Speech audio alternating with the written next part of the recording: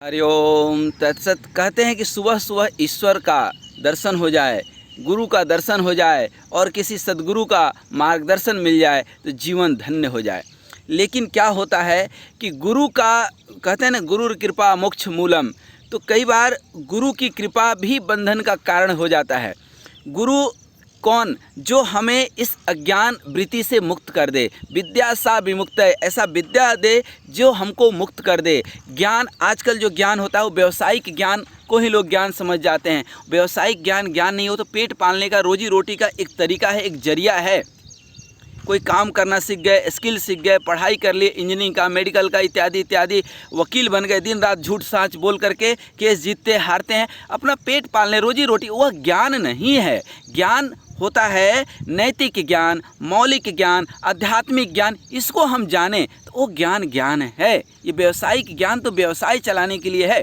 तो जब हम गुरु के पास जाते हैं तो गुरु का मतलब क्या होता है? जो अज्ञान से ज्ञान की ओर लाए। और जब ज्ञान की प्राप्ति हो जाती है तो कई बार क्या होता है कि मंजिल जिस रास्ते से जाते हैं ना, रास्ते कई बार इतने सुंदर होते हैं कि हमें रास्ते से ही प्यार हो जाता है और मंजिल भूल जाते हैं। यही आजकल हो रहा है।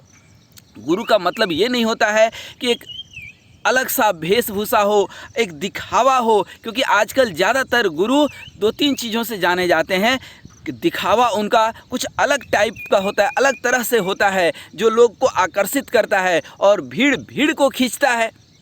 तो इतनी भीड़ होती है, इतनी सोशल मीडिया में उनका प्रचार प्रसार होता है कि लोग समझते हैं कि सही ही है। क्योंकि एक समय था जब धर्म के लिए लोग अपने आप को न्यौछावर करते थे, अपने आप को माध्यम समझ करके, अपने आप को माध्यम बना करके धर्म की प्रचार प्रसार करते थे। लेकिन आज उल्टा हो गया है, धर्म को माध्यम बना करके खुद का प्रचार प्रसार कर रहे हैं। भीड़ जुटाना, सोशल मीडिया पे खूब प्रवचन देना इत्यादि। ये होता क्या है कि लोग आकर्षित होते हैं। अब क्या हुआ कि लोग गए और लोगों को वैसा ही समझा भी दिया जाता है कि तुम्हारी मोक्ष की जो प्रवृत्ति है, जो तुम्हारी जो है निवृत्ति मार्ग है, वह गुरु सेवा में है, गुरु प्रेम में है। इसमें कोई गलत नहीं है, बिल्कुल सही है। इसीलिए तो कहा गया है, श्री गुरु चरण सरोज रज निज मन मुकुरि सुधार। तो गुरु के चरण रज की जो है गुरु पदुम परागा, अर्थात उस पदुम से, उस पराग के सुगंध जो निकल रही, उससे गुरु के चरणों का कमल के फूल से तुलना की गई है। उसके रज को जब हम लगाते हैं अपने दृष्टि में तो दृष्टिकोण हमारी बदल जाती है। रज तत्व, रज तम सत रज तम, रजो गुण हमारा उस रज से नष्ट हो जाता है। यदि गुरु के चरणों का रज हम लगा लें अपने ललाट पे, यदि हम गुरु के चरणों का रज लगा लें तो क्या हो जाता है? रजोगुण खत्म हो जाता है। लेकिन क्या ऐसा आज गुरु हैं?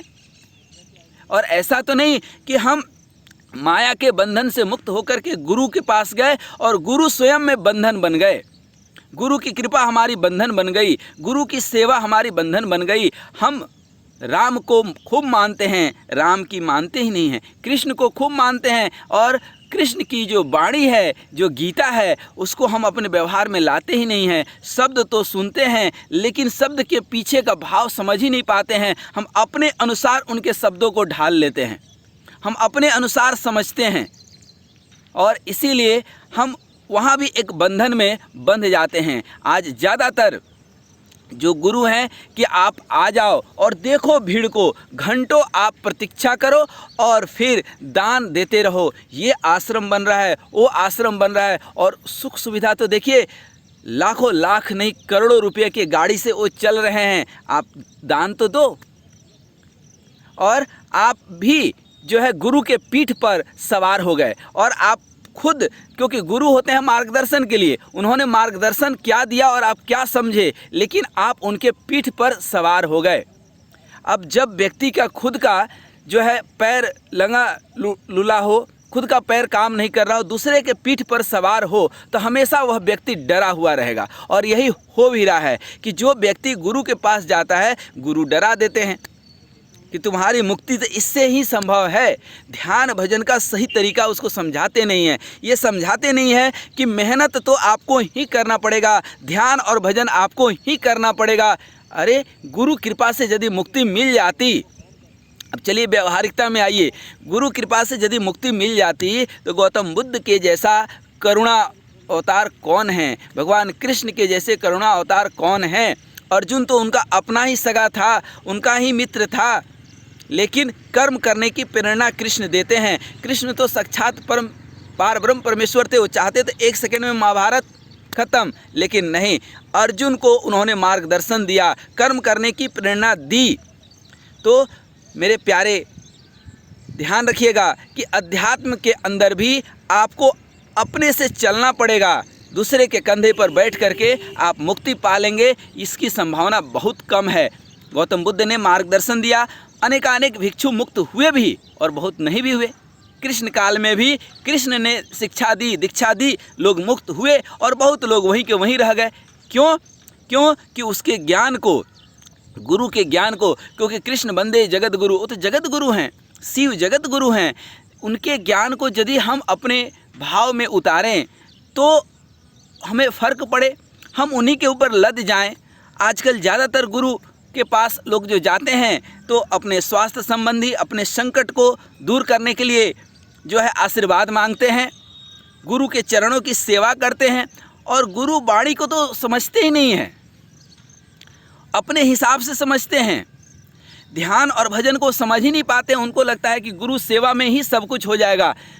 बात सही है, सेवा करना चाहिए, नवधा भक्ति में एक सेवा भी सबसे बड़ी भक्ति है, लेकिन गुरु मार्गदर्शन के लिए होते हैं, उस मार्ग पर चलना पड़ेगा। गौतम बुद्ध ने वो मार्ग बताए, कृष्ण ने वो मार्ग बताए, भगवान श्री राम ने वो चल करके मार्ग दिखाए, लेकिन क्या हम उस पर चल रहे हैं? हम राम को तो मानते हैं, राम की मानते हैं या नहीं? पिता के आज्ञा स्वरूप उन्होंने अयोध्या का राजपाट छोड़ दिया। हम 2-4 10 रुपये नहीं छोड़ पाते हैं किसी को। हम कृष्ण को खूब मानते हैं, लेकिन कृष्ण की कही हुई बातों को, हम गीता को कितना अपने जीवन में अनुसरण कर पाते हैं? गीता का पहला ही शब्द है कि जो हुआ अच्छा हुआ, जो हो रहा है अच्छा हो रहा है, जो होगा अच्छा होगा। लेकिन क्या हम इसको करते हैं कभी स्वीकार? करते हैं कभी उस बात को अंगीकार? कभी नहीं करते हैं, कभी नहीं करते हैं। यह हकीकत है। जो हो गया, हे भगवान कैसे हो गया, ये तो हमारी इच्छा के विपरीत हो गया, ये क्यों हुआ, ये नहीं होना चाहिए था, और इतना हम तर्क उसमें जोड़ देते हैं। नहीं, कृष्ण भगवान क्या कहते हैं कि करने योग्य कर्तव्य कर्म को करते रहो और भगवान काम करते रहो और राम राम कहते चलो। यही जीवन की जो है हकीकत है, यही जीवन की सर्वांगीण विकास का तत्व है। इसलिए गुरु सेवा भी बंधन नहीं, मुक्ति हो जाए गुरु के कृपा से, यही असली गुरु कृपा है। गुरु मार्गदर्शन के लिए है, गुरु आपको मार्ग दिखा सकता है, उंगली पकड़ के चला सकता है। चलना आपको है, दौड़ना आपको है, ध्यान और भजन आपको करना है। मुक्ति आपको अपने कर्म से, अपने प्रयत्न से मिलने वाला है। हरिओम तत्सत, हरिओम तत्सत।